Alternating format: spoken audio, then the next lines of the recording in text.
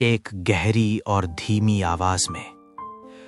क्या आप कभी उस एहसास से गुजरे हैं जब आपके सामने हजारों सपने हों पर जेब में ₹1 भी ना हो?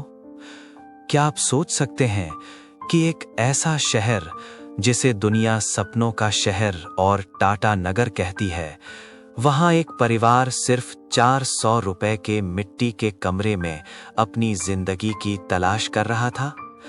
आज की ये कहानी उस चमक धमक वाली दुनिया की नहीं है, बल्कि उस कच्चे घर की है जिसकी दीवारों से मिट्टी झड़ती थी, पर जहां बैठकर एक पिता ने अपने बच्चों के लिए आसमान जितने बड़े सपने देखे थे। नमस्ते दोस्तों, आपका द रवि सिंह शो में मैं हूं रवि सिंह। वो दिन, वो तारीख, मुझे आज भी सब कुछ साफ साफ याद है। एक छोटा सा लड़का जो पहली बार अपने गांव की मिट्टी और अपनों का साथ छोड़कर जमशेदपुर जैसे एक बहुत बड़े और अनजान शहर के रेलवे स्टेशन पर कदम रखता है। उसके नन्हे मन में हजारों सवाल थे। उसने सुना था कि शहर में रातें कभी काली नहीं होती, वहां हर तरफ बिजली की रोशनी होती है। उसे लगा था कि इस शहर में आते ही उसकी गरीबी हमेशा के लिए खत्म हो जाएगी। स्टेशन के बाहर भीड़ थी, शोर था और मशीनों की गूंज थी। उसी भीड़ में उसे एक चेहरा दिखा, उसके पिता का चेहरा धूप में तप कर काला पड़ चुका था।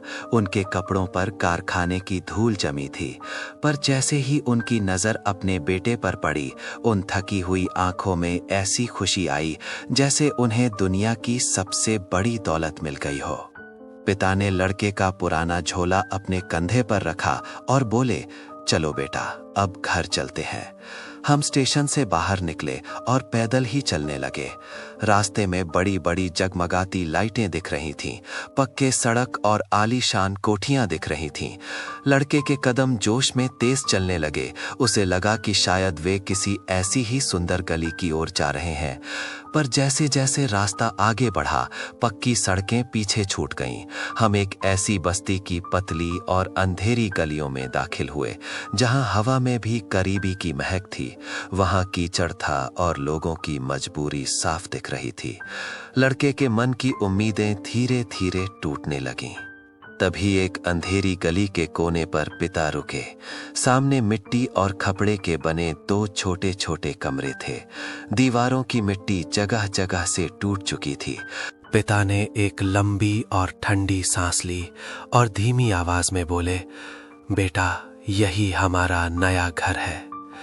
उस लड़के को ऐसा लगा जैसे किसी ने उसे ऊंचाई से नीचे गिरा दिया हो। उसे यकीन नहीं हो रहा था कि अब यही उसकी दुनिया है। आपको जानकर हैरानी होगी दोस्तों कि उस समय उस मिट्टी के कमरे का किराया सिर्फ ₹400 था।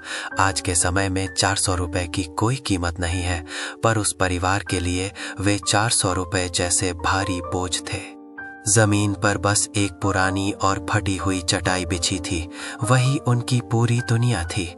कमरे के एक कोने में माँ ने मिट्टी का एक छोटा सा चूल्हा बनाया था। जब चूल्हा जलता तो धुआं पूरे में इस तरह भर जाता कि सांस लेना मुश्किल हो जाता। माँ की आंखें धुएं से लाल हो जाती थीं, पर उसी धुएं के बीच वे मुस्कुरा कर हमारे लिए रोटियां बनाती थीं। हम सब भाई बहन वहीं नीचे जमीन पर बैठकर उस खाने का इंतजार करते थे।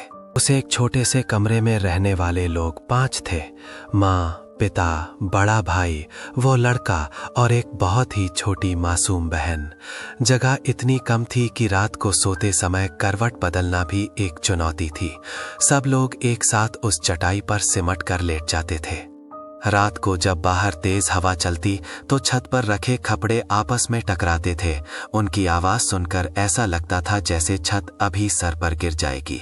गर्मी के दिनों में वो कमरा किसी भट्टी की तरह तपता था और बारिश की रातें तो सबसे खौफनाक थी। छत से पानी टपकता था और हम पूरी रात जागकर बर्तनों को उन जगहों पर रखते थे जहां से पानी गिर रहा हो। पूरी रात छत को देखते हुए बीत जाती थी कि कहीं ये मिट्टी की दीवारें ठह न जाएं। पर दोस्तों, आज जब मैं पीछे मुड़कर उन दिनों को याद करता हूँ तो मुझे गर्व होता है। उन मुश्किलों ने हमें कमज़ोर नहीं बनाया, बल्कि फौलाद की तरह मजबूत कर दिया। पिता ने हमें सिखाया कि हालात चाहे कितने भी बुरे क्यों न हों, अपने सपनों का साथ मत छोड़ना। उन्होंने सिखाया कि इंसान की असली पहचान उसके बैंक बैलेंस से नहीं, बल्कि उसके लड़ने की ताकत से होती है। वो मिट्टी का कमरा आज भले ही एक याद बन गया हो, पर उस कमरे ने जो सबक सिखाया वो दुनिया का कोई बड़ा महल नहीं सिखा सकता। ये उस परिवार की, उस लड़के की पहली रात की कहानी थी।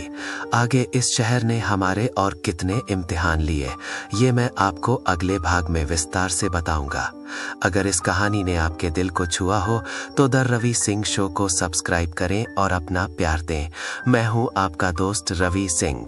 फिर मिलेंगे। जय हिंद।